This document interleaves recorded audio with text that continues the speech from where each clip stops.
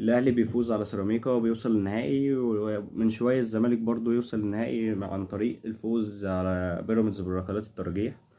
انا شايف يعني هيبقى ماتش كويس يعني، خصوصا انا كنت عايز الماتش ده اكتر من ان يبقى بيراميدز طرف في النهائي. هي الماتشات دي الواحد بيحبها عامه قدام المنافس بتاعك التقليدي.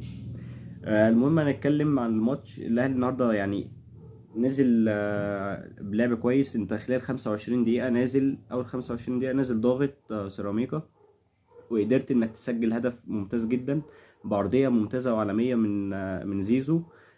يلعبها وتريزيجيه اللي يعني بيسرق بالدفاع كده وياخد الكرة بدماغه بشكل كويس. هدف. وشكل الاهلي كان كويس. بس طبعا عندنا الحاجه المعتاده، عندك الدفاع، الغلطات المعتاده، الغلطات الساذجه اللي كل ماتش هي بتكلفني نفس الكوره. حاجه كده زي دفاع برشلونه السنه دي يعني الدفاعين ما يختلفوش عن بعض.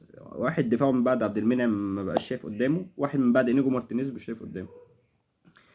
ف يعني نفس الكوره ونفس الحاجات ونفس الاخطاء بتتكرر كل ماتش. وبرضه يعني حمل غلط 70% في الدفاع و30% للشناوي، حاجات ساذجة أصلا ما تحصلش. المهم الأهلي بينزل الشوط التاني بيقدر اللي هو يسجل هدف عن طريق كرة كان ممتازة زيزو لمروان عطية اللي بيلعبها آه، طويلة كده جوه المنطقة لبن شرقي اللي بيسندها براسه لجراديشار اللي بيلطش كده يعني. جون كويس عامة وفوز مهم.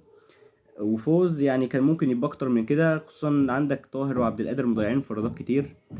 ونيجي بقى لعياط اخواتنا الزملكاويه اللي عمالين يعيطوا على كرة اصلا اوفسايد. وسيبك حتى لو هي مش اوفسايد، يعني القانون اصلا بيقول لك ايه ده لو انت فاهم كوره اصلا ولو بتفهم حاجه يعني في الكوره. الكوره لو هي رده من رجل المدافع، رجل المدافع او رجل زميله وجت في جسمه، ما بتتحسبش ضربه جزاء. وغير كده اصلا المسافه قريبه زيها زي بتاعه شاوميني بتاعه الكلاسيكو.